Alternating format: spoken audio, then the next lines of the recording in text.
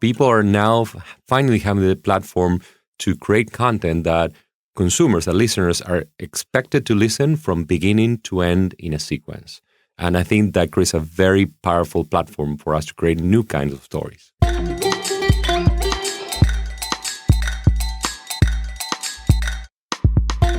Podcast Junkies, episode 102.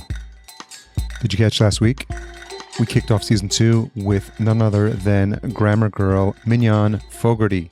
It was such a blast to meet her at Podcast Movement and then subsequently have her as the inaugural episode for season 2. I couldn't have planned it better, and it just worked out that way, which is really fantastic. When things happen like that, puts a smile on my face. So check it out. It's 101. 102 is my interview with Hernan Lopez. Hernan and I met on Twitter, actually, to begin with, and then we connected at Podcast Movement. He's the CEO and founder of Wondery. Wondery is a new network of podcasts, and they had a booth there. And it was really interesting because it seems like they're a fresh breath of fresh air in this space. And not only are they working with partner shows, they've got several shows in the queue or in the family under True Crime. It's Real Crime Profile, Sword and Scale. I need to have him on the show very soon. We've talked about that. The Vanished podcast. And then in the entertainment category, Star Wars Minutes, Story Worthy, Juicy Scoop with Heather McDonald, Mad About Movies, 30-20-10, The Cleansed, Ruby, The Adventures of a Galactic Gumshoe. They've also got Radio Drama Revival and Stories Podcast. And then the original shows are Found, which is a really good show based on a magazine that's been around for about 10 years, and Secrets, Crimes, and Audio Tape. So, as you can hear, they're definitely keeping busy, and I really like the look and feel, quite honestly, of the site. And I knew that I wanted to have a conversation about networks, about podcasting, and about the fact that Hernan comes from a traditional TV background. But a lot of what he's learned there in his years working there really is interesting and valuable for the podcasting space, because although, we're saying that podcasting is the new thing and we're doing things a whole different way, I think there is some lessons to be learned, and it was really nice to have that conversation, even better yet, to have it in person at the Wondery Studios in Los Angeles. So sit back, relax, listen in to some great sounding audio courtesy of the Wondery Studios, and stay tuned at the end of the interview for the retention hashtag and all the other good things that come with that. So it's been interesting. Typically, normally for Podcast Junkies, I speak to podcast hosts. Right. And I think we engaged on Twitter, and I think I was responding to a comment, and I saw, there's a lot of people that you see that are doing podcast networks, and I'm always interested in people that are doing them and what's the story behind them. So I think I reached out or made a comment on Twitter, and then I saw that you were going to be at Podcast Movement. And so we connected there. So I'm happy that we got the chance finally to make this happen and just dig in a little deeper, because the idea of podcast networks is really fascinating. So thanks for taking the time today. Thank you. It's my pleasure to be with you. So I'm interested because you've been 20 plus years with I think Fox International. Nearly 20, 19 years. And for all intents and purposes, it's what could be described as old media, right? Or new media, but not as new as what's happening now with podcasting.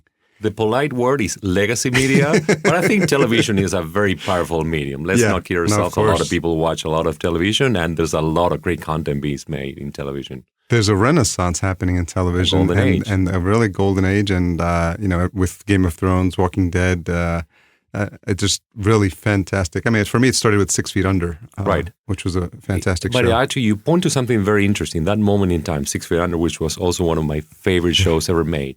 When you look at the before and after of TiVo, remember when TiVo was created in 2001? Yeah, I had one. Before that, I did too. Before that, we had those procedural dramas that people could watch 1 out of 4 or 1 out of 3 or come back to it, not necessarily watch them in a sequence, or the sitcoms.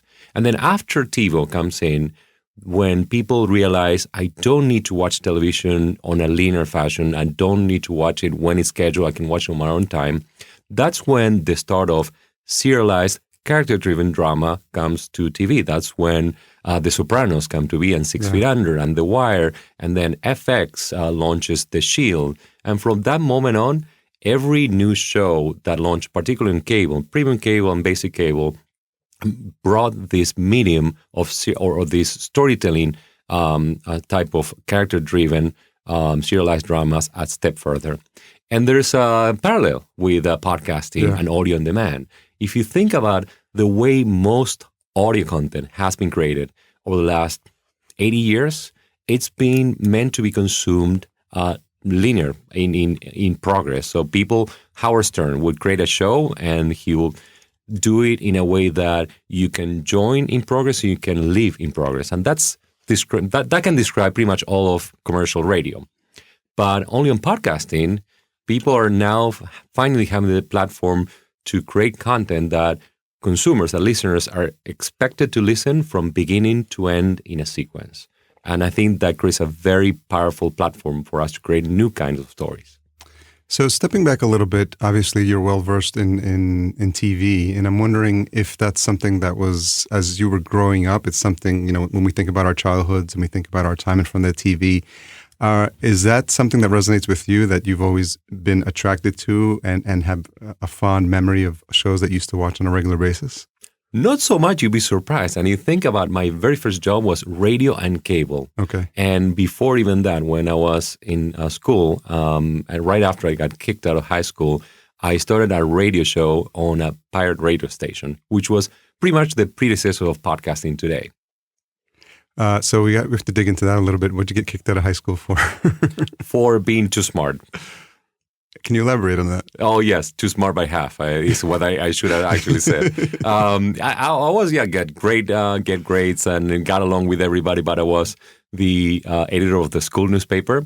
And I just loved to draw cartoons of professors, and they made fun of themselves, of each other, based on the cartoons that I do. So they found one opportunity that I just didn't do exactly what I was expected to do, and they kicked me out. It was the best thing that ever happened. Pretty hard to swallow as a teenager, as a 17-year-old, but in hindsight, the best thing that happened to me. And where was this at? Argentina. Argentina.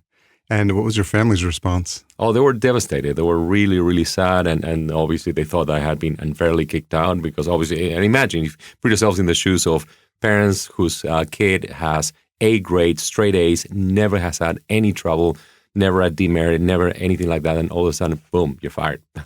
It was just not easy for them either.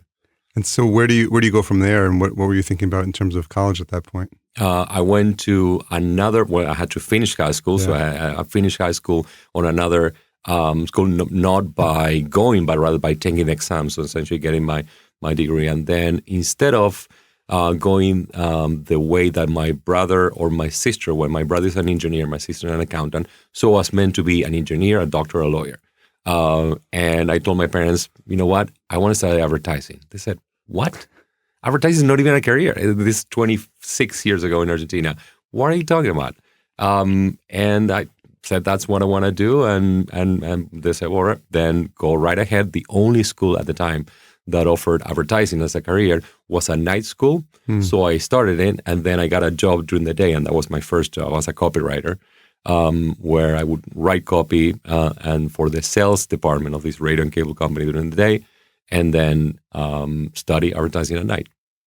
What's interesting about copywriting is, as I've been learning a lot about entrepreneurs, having my own business, and online marketing, it's very clear how important the power of the written word is to influence people. And I think it's one of the skills that probably is not taught as much as it should be in school, because I think this power to speak, and obviously coming from advertising, you understand like a well-placed word or a well-placed phrase, really has the power to influence people in a way that I think they don't even understand as it's happening to them.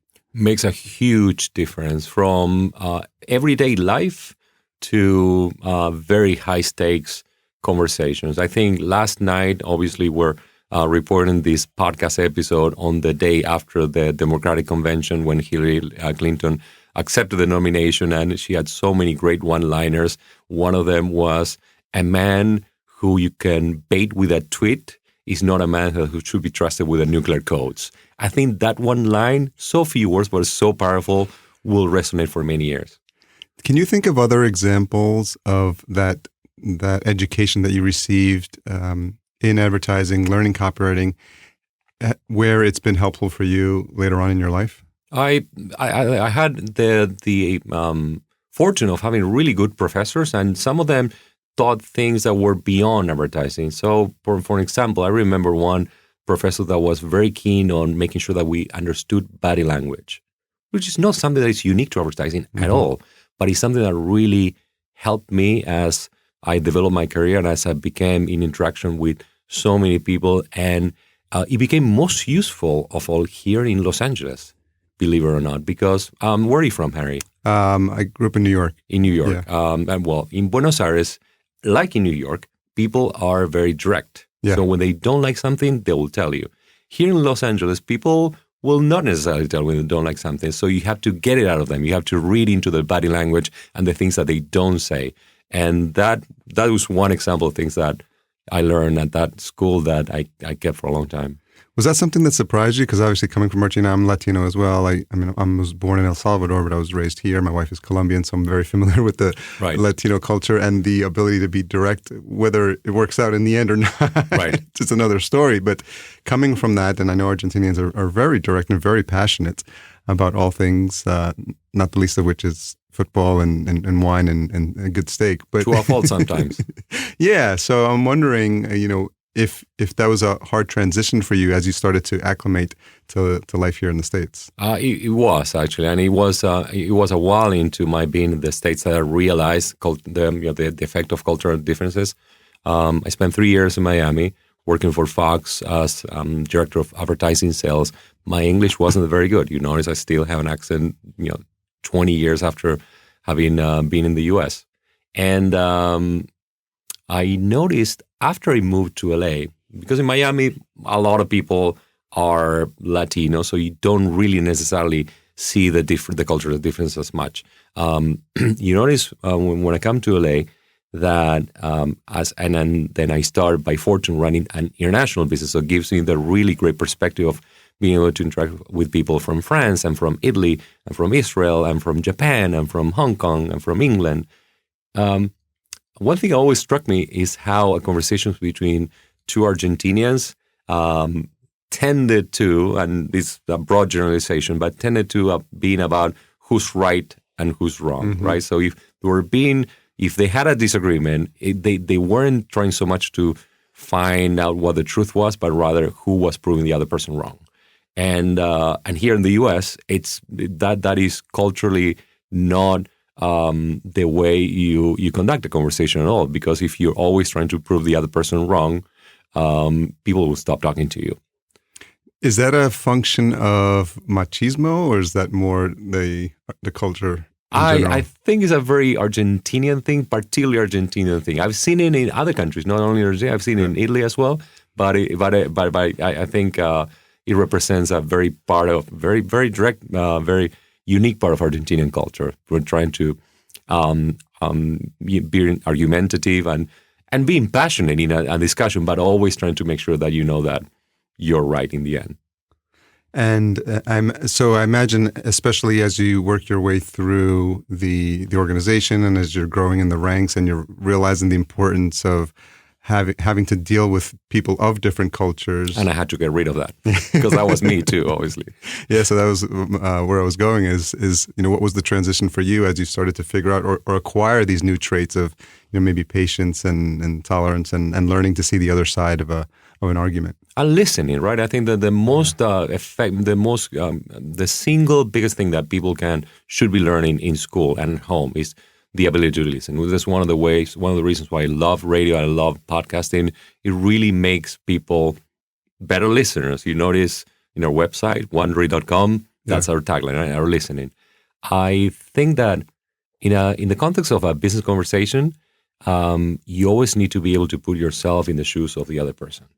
So no matter what you do, whether you're trying to sell, whether you're trying to hire a person, whether you're trying to get an interview. You always need to know what is the person across the table from you trying to accomplish. And just that tiny little change in attitude before you sit down makes a huge difference in your ability to get things done. And your ability to find common ground and for business purposes, find a way to work together to do good things, right? Absolutely. I'm wondering, so when did podcasting appear on your radar? Not that long ago. But actually, I should rephrase that.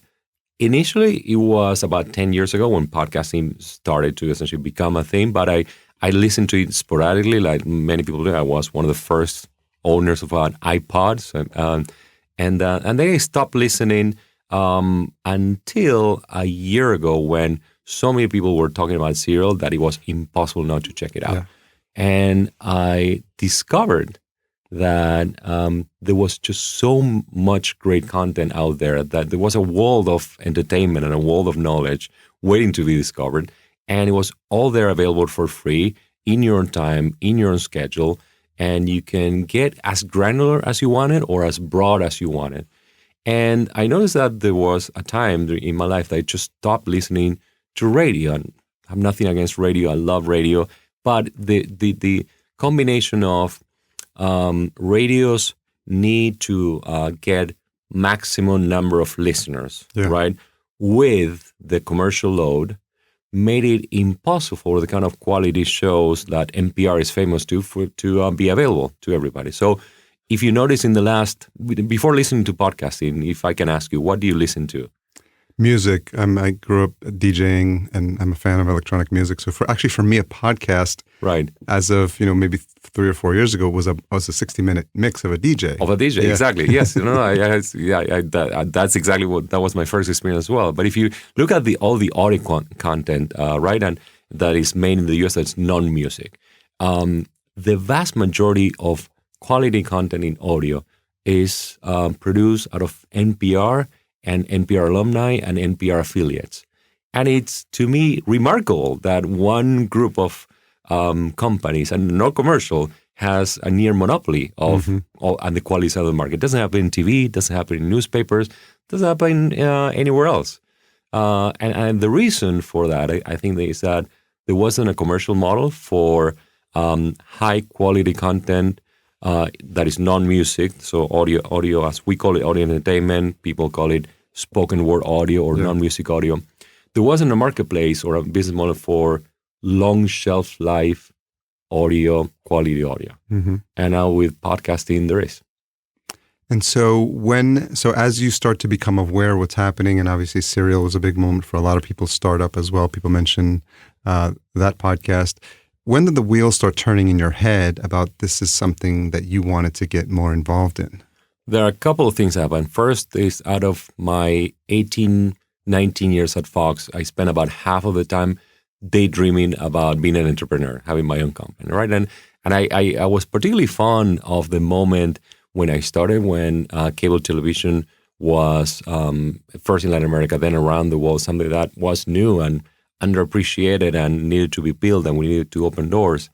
And I think the combination of Serial and discovering what Serial was, and Alex Bloomberg quitting his own job, launching startup, and very publicly creating a great company and a great show. And I think that the one thing that really pushed me over the edge was that I had been reading books about startups for all of 2015. So I read The Lean Startup, If You Really Want to Change the World, Exponential Organizations, you name it, Getting Back, Venture Deals, from 0 to 100. None of those books was as real to me as listening to a single episode of Startup Podcast. Yeah.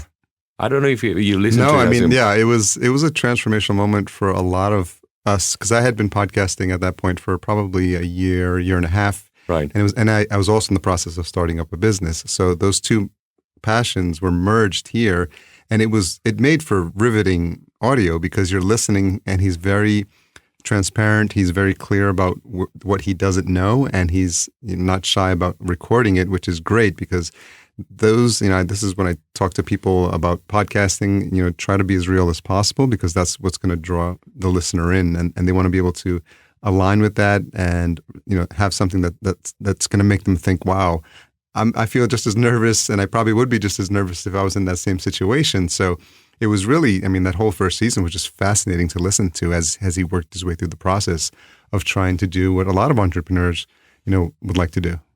It was fascinating. It was really a teaching moment, but it also had the effect of showing or making me more convinced that there was a business opportunity behind it. And what I got out of Gimlet and the Gimlet Media business model was that everything that they're doing on the real life unscripted side, I want to do on the scripted side. Mm-hmm. So the opportunity in particular that I saw is to recreate audio drama, or as we put it here, to start a new golden age of audio drama. Have you ever listened to an audio drama? I did. I listened to the one on GE. The Message. The Message. Right. That was great. Right. Yeah. So one of the fascinating things to me is that radio drama obviously preceded television drama, but it was replaced by TV because radio drama is something that requires your attention and requires appointment listening. And it was designed mostly for prime time. So when people 80 years ago were listening to War of the Walls or those classic, wrong number, they were getting around the radio receiver in their family. Yeah. And once the TV got into the household, then the radio receiver went to the second room, right? So as a result, people stopped making radio drama because that's not a kind of content that is well suited for daytime or for linear radio. Except that in the UK, the BBC continued to make it. And they still make it today. They make 500 hours a year. And a lot of people listen to it. And a lot of writers write for it. And a lot of great directors and actors act for it. So that gave me the confidence that you can make it, and you can make it at a really good quality and scale. What hadn't happened until right now is that even in the UK, because they do it mostly for linear radio, they are focused on single stories or stories that are close-ended, similar to the kind of stories that preceded TiVo in television. So I was looking at that parallel between television, obviously the before and after TiVo and television on demand, how there was a way of television being made before and a way of television being made after, or a way of storytelling. And I thought that the same thing would happen. I think that the same thing will happen for audio. So there has been a kind of audio experience that essentially was most prevalent before podcasting and before on-demand audio, as I call it. And there's going to be another kind of experience.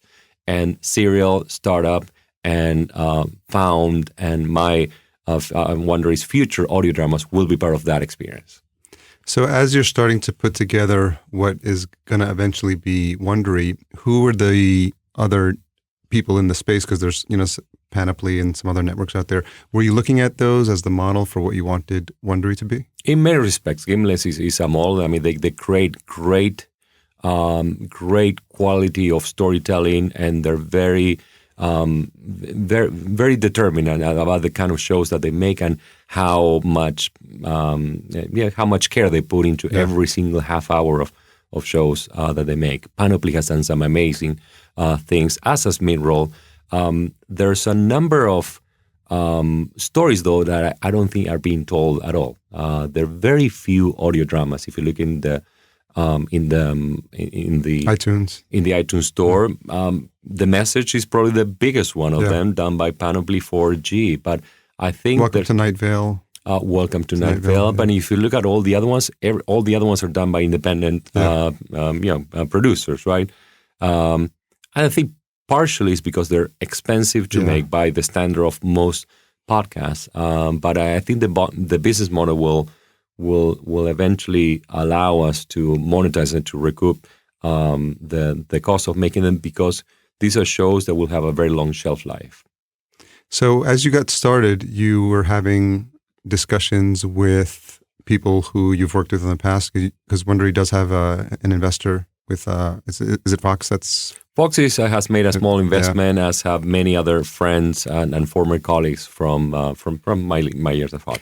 And so I'm interested if you could talk a little bit about those discussions, and if you were thinking about you were the equivalent of the Alex Bloomberg as you were having those discussions, I imagine, because you were in a position to say, hey, I'm doing something similar. Did it help to have that as a reference point, or did you feel like this was new ground you were covering? I think it did. I think it did because obviously if I had come to Fox a year before and I talked about podcasting, they're still, but to be frank, by the scale of the kind of business that they are, the scale of the business that all of podcasting it is, we're still a very growing and small business, but they're never been shy about being first. Yeah.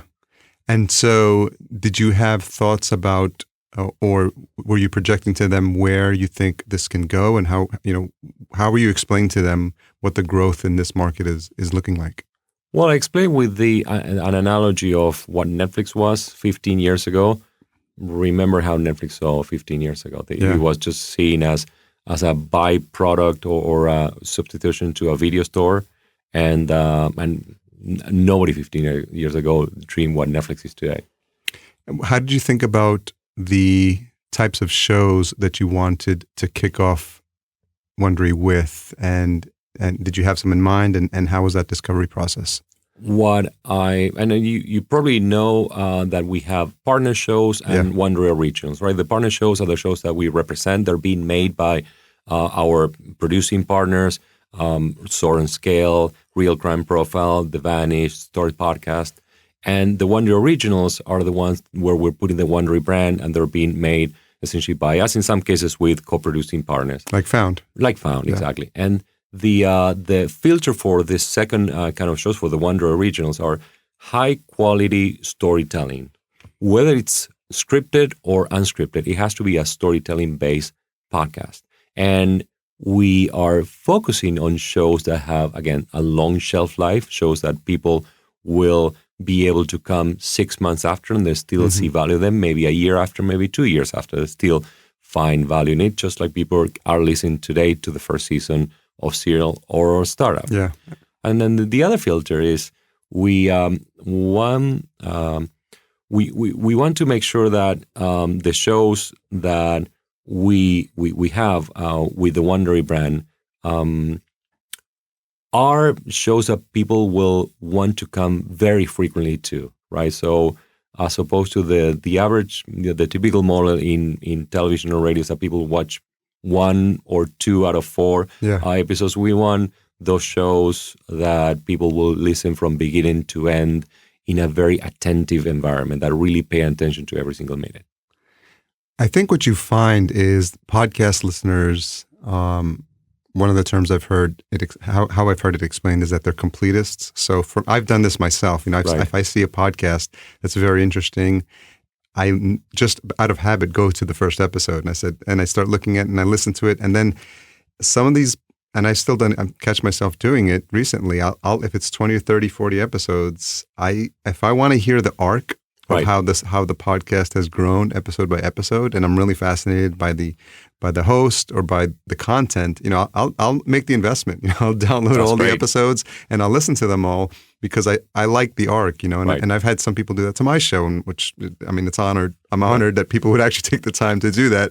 Right. But I think it's the nature of podcast listeners and the intimacy and the fact that, it's been repeated ad nauseum, but the fact that you're in the earbuds and it's very intimate listening experiences, I think it's what makes people who are subscribing to the shows feel like they have a connection and they make that connection with the host and with the story. You are our kind of listener. You are exactly the kind of listener that we're going after. We want people to do exactly that with our shows, which is why we won't make that very many shows that are Wondery originals. So there's a lot of people listening to my show that are podcast fans, podcast junkies, and podcasters themselves. And I imagine there's some that might be asking, in terms of the criteria, if you're thinking about a 101 for someone who's building a show that may at some point be considered by Wondery, what's some of the guidance you would give to future podcasters or future Wondery candidates? Well, we first we started with having a subject matter that the podcast host is really passionate about, and we know that for most people, podcasting is something that they do in addition to something else. That it's very rare that it's your only career. So as you know, you've been in this show doing for 2 years now, yes, right? 2+, it takes a lot of time, and it takes a lot of coming to your research to actually come in the recording booth and do it. So you need to have something that you'll have fun doing it, and you'll be looking forward to doing it every week. Or if you take the other week, that's fine, but you need to know that you have that commitment with your listeners. Then we're going to go around different channels, and we use the word channels because our television bias.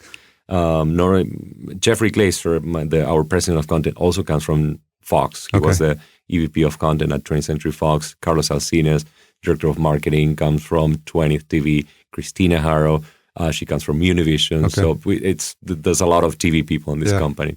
And the channels that we're going after are so far entertainment, home and family, and we are expanding channel by channel. Right now, we're in the process of starting a business channel and a channel called Cool Stuff to Know. And Cool Stuff to Know will be the show where stuff you should know or 99% invisible would be if we were lucky to have them on our network. So intelligent shows that will leave you at the end of the episode with the feeling that you're smarter than you were an hour ago. But it depends. I mean, it depends on where we are. But those are the channels that we're focused on right now. We're also looking for shows about for geeks and gamers, as it happens. We just signed up this cool show called Star Wars Minute, where they analyze the Star Wars movie minute by minute. I think I've heard of that show. It's fascinating. The other thing, obviously, audio quality. I know we take it for granted, but it's hugely important for listeners because it's a proxy for the quality of the show for when you listen to the show the first time. And we also have a minimum audience level, right? Depends on. We're now looking at shows that are making at least 25,000 downloads an episode because we use a technology powered by a company called R19 out of San Francisco that monetizes the entire back catalog. And that's really important as a business model because, just to give you an example, there's one show that we have that has every episode has 80,000 downloads per episode when measured in the traditional podcast way, which is the 4 weeks after. But when you look at the catalog, they're making 600,000 downloads a month, right? So you could either be selling against 80 times 4, 320,000, or you could be selling against 600,000. So the R19 technology allows us to do the latter. There's another show that we have that has even more skewed library versus new content.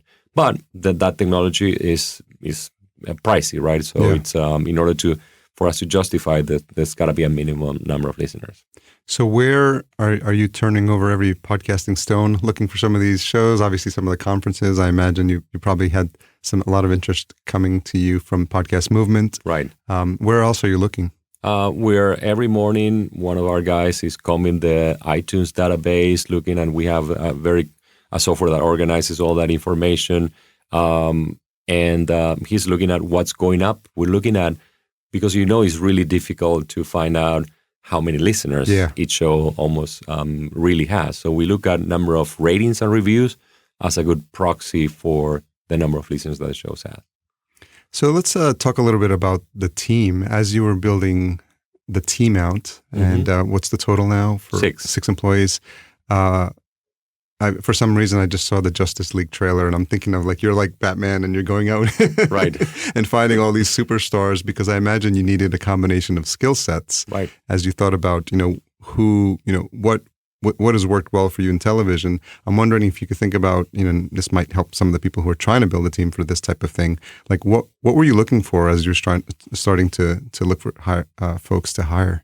Obviously, we wanted diversity to start, and you saw the team has just started. 3 of us happen to be Latino, and we were really not by design. I think by accident. We wanted skill sets that are complementary. So Jeffrey, as I mentioned, is the president of content.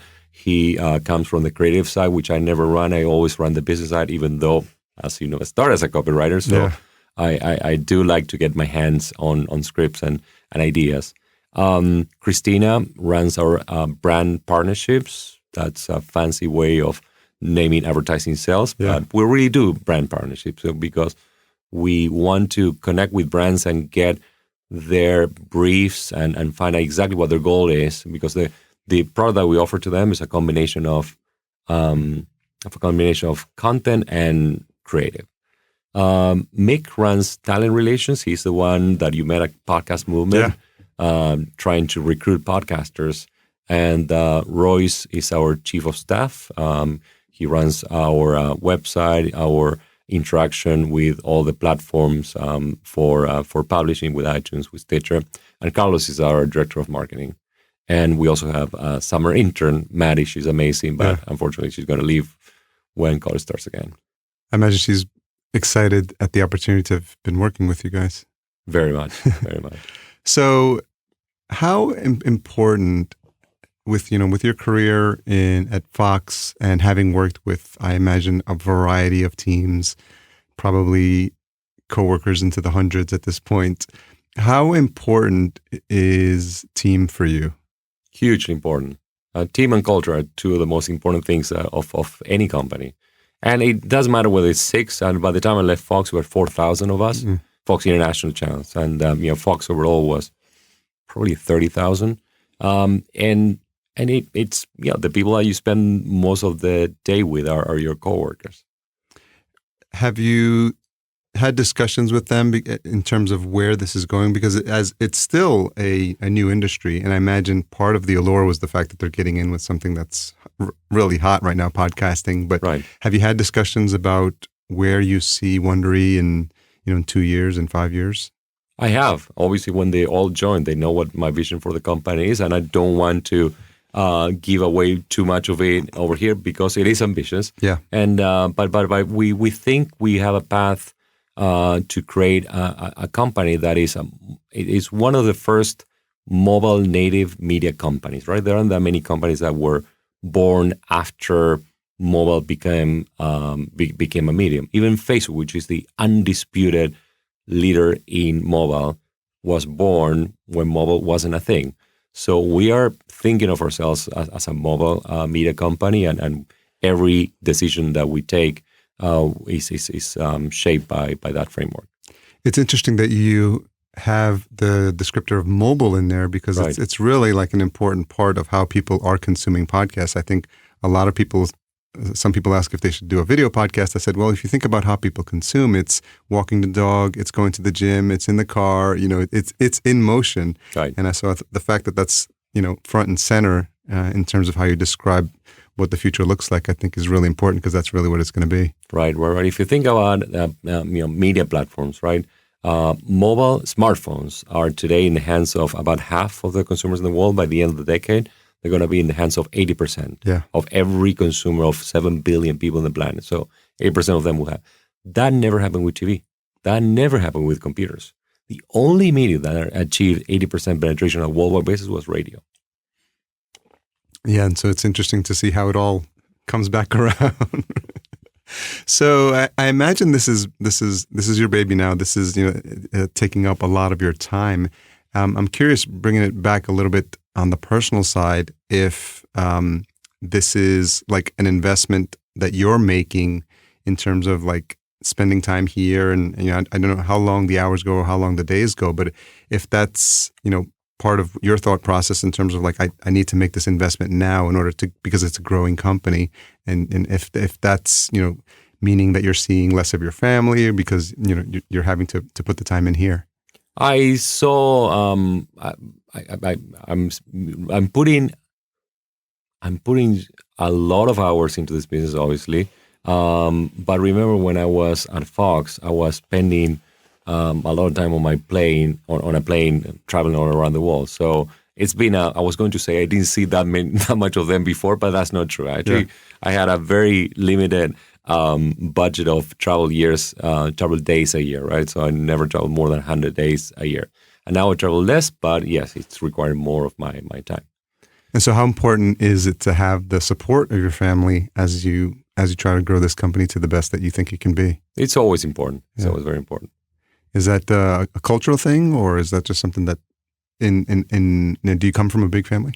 They happen to be all here right now, as it happens. So no, it's not a big family. It's 5 of us, and my mom about a year ago decided that she wanted to have everybody here in Los Angeles for the first time in I think 4 or 5 years.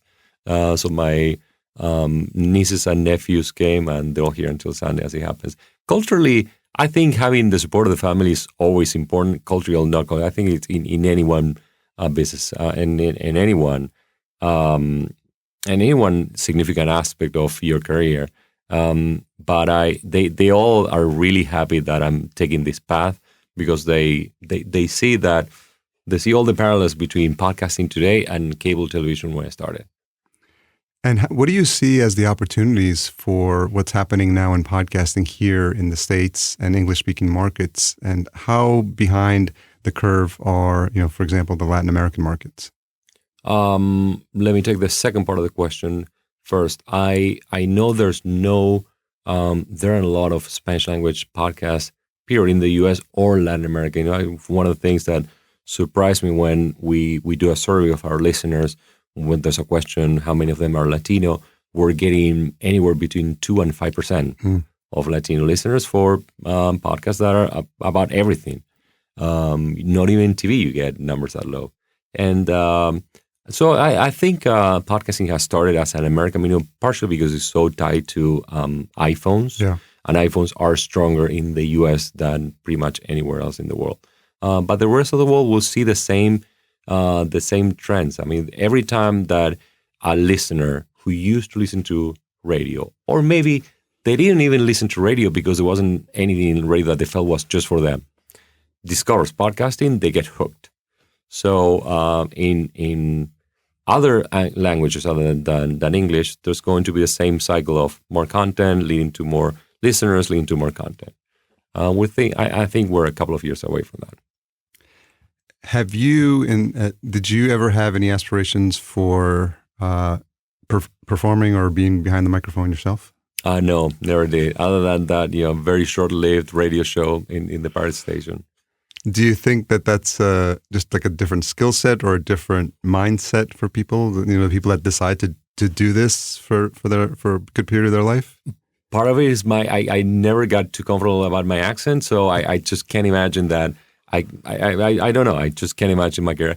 I have a lot of respect for people that can be behind the microphone and behind the camera, because a lot of people underestimate just how difficult that is, to be able to think on your feet, to be able to come up with an answer, to be able to draw into your stories or into your personal life even, and make that come across in an interview. I just never thought that would be my thing. So a couple more questions as we wrap up, and these have nothing to do about podcasting, maybe a little bit more about you. I'm wondering if you can think about something you've changed your mind about recently. That's a hard one to think on the spot, but I change my mind about things all the time. And but let me get back to you on that one. Another one along the same lines is for the people that know you. There's people, your family have known you for a long period of time, right. And people like your coworkers from past jobs have known you. But there's people that you meet and that are just getting to know you. And I'm wondering if you could think about something that you would say is one of the most misunderstood things about you. A lot of people think that I'm an extrovert, where I'm in reality very shy, who pretends to be an extrovert by essentially overcompensating. So I'm very comfortable being by myself. I'm very comfortable being alone. I'm the kind of person that when I'm at a party and I don't know anybody, I'll make an effort to try to meet people, but in reality, my first instinct will be to get the hell out. So you mentioned that you spend time on your own. If you're not listening to a podcast, I imagine you probably listen to several now. But what else do you like to do, from a hobby perspective? I don't have a lot of time, unfortunately, because I have 2 kids and husband at home, and then so work out. So I always think it's very important to stay in shape. But the last 6 months have been all about the business and the kids. So and listen to podcasts. yeah, right? of course. Which brings into my question: do you have listened to Found? I listened to the most recent episode. Yeah, What do you think of it? I thought it was fascinating. I think the arc. I think I was aware that it was a magazine, and Right. so it was interesting because the first show that came to mind is Mystery Show. Right, exactly. Which Kathleen, is- she used to work with Davey at This American yeah, Life. Yeah. so it's a similar premise, but it was very well done, and I like the arc of the recent story of the guy who was writing the love notes. Thank you. Thank and you. the fact that it was an arc. What was interesting is that you were capturing. I thought for a moment you were going to tell what happened with the story and that it would finish there, but it seemed like that was only the beginning of the story. Right. And what he was doing was the host is Davey. Davey Rothberg. Yeah, Davey was kept teasing it out. So you felt at some point that you were at the end of the story. It was really another chapter, Right. and so it was weaved through very ingeniously into about 4 or 5 chapters. Because at some point you stop trying to guess where the show is going to end, and the only thing you have to go by is to look at the episode time and say, okay, wait, there's Right, 6 more right. minutes here. Anyway, for the listeners, so Found is a new podcast. It's our first Wondery original. The listeners that haven't listened to it yet, and I think it's a fascinating show. It's been David Rothbard, obviously, is the creator of the Found magazine, and I think the story where he starts is so interesting and endearing. So 15 years ago, he went to his car in the middle of the night in Chicago where he was. He found a note that said, Mario, and his name is obviously not Mario. Mario, I effing hate you. You said you had to work, so why is your car here at her place with 3 angry underlines? I effing hate you, you're an effing liar. P.S. Page me later. And he said he fell in love with so much emotion, the mix of anger and hope in a tiny piece of paper. Yeah. So he developed this obsession with lost and found notes, and people started to send him notes from all over the world, which he publishes, he curates, and every here and there he even found people that said that read the magazine and said, "Hey, I wrote that note." So he brought the rights to the show. The show became the magazine became a musical, and the owners of the musical brought the podcast to me. Victoria Lang, Eva Price, and Jamie Salka, and Adrian Baker of Kill Content. I think they're really interesting. The best phrase I heard describing the show was written by USA Today. USA Today named it the podcast of the week, which is a big thing for USA. And they said, Found makes you care about the lives of strangers, which sums up the concept of the show beautifully. Yeah, another podcast that does it very well is actually Strangers, Leah Tao's podcast, which it's always fascinating. I think there's this aspect of people that like to hear this peek into other people's lives, and when people do things that resonate with you, like, oh, I've been in that situation where I've written a love letter, I've received a love letter, and it just... I've been that guy. Yeah. I've been Mario. I've been Amber. And so I think people like the stories that touch their heart and make them feel like, oh, you want to root for the guy at some point and hope everything works out. Exactly right.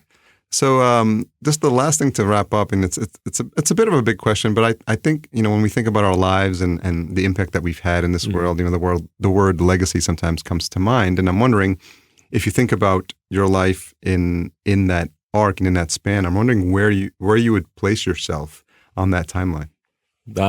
Halfway through it, right? I just turned 46, so I hope to live to 92. Yeah. And there's a lot of things that I want to do still. I mean, I had a lot of one of my favorite things of my work at Fox was just how many people I got to meet. Yeah. Remember, it was 4,000 colleagues that somehow reported to me, but then there were numerous other people that I interacted with because they were business partners, because they were viewers. I would get to Istanbul, perhaps, and I'll start talking to the cab driver, and they knew The Walking Dead, which was one of the shows. Yeah. So 2 years ago, I joined the board of GLAAD, a great not-for-profit organization, 3 years ago now. And that also has to be with me trying to give back to the community that embraced me when I first moved to the U.S. Obviously, GLAAD is shaping the dialogue around LGBT people or against hate for LGBT people.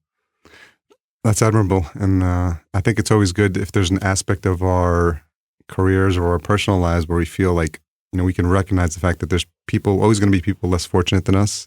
And to the extent that we can use the resources we have at our ability to make their lives a little better, I think that's always a good thing. that's one of the things that podcasting is very well known for. It has a huge potential. Yeah. Because people are listening. Yeah. And that's, and paying attention and using that power, if you will, for good. Right. Is our responsibility.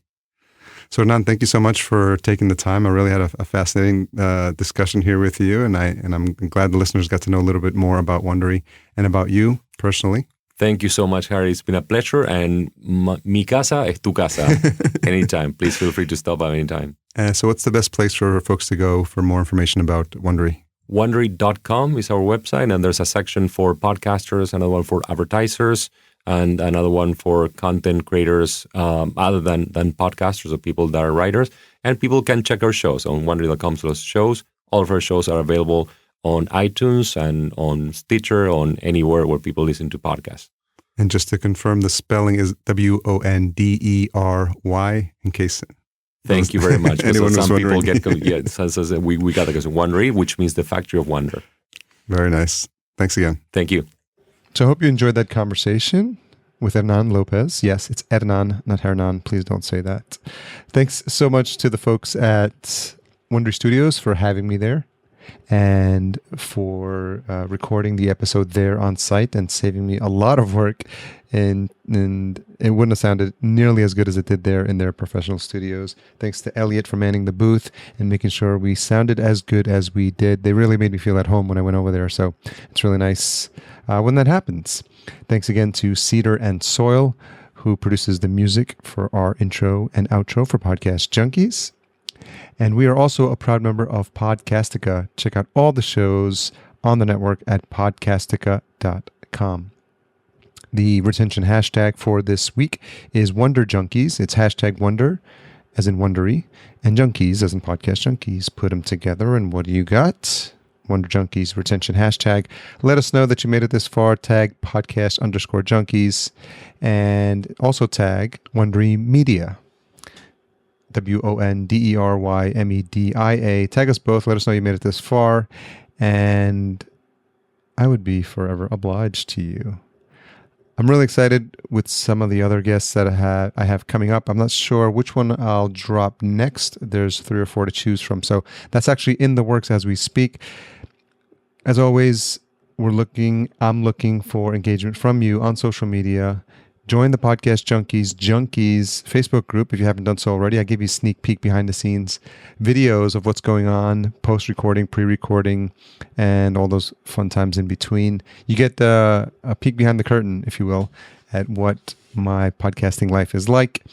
And we're active on Twitter, active on Instagram, and also on Anchor. So any one of those platforms, engage with me, reach out to me. I'm always happy to hear from you. I always get the newsletter out. And if you aren't signed up, then occasionally I'll send you some other promo stuff regarding the show that I think you'd find interesting. So head on over to podcastjunkies.com to sign up for that as well. As always, I really thank you from the bottom of my heart for listening and for getting this far. I really appreciate the fact that you're still along with me on this journey. And to all you new listeners, I hope you're enjoying the ride. Have a fantastic day.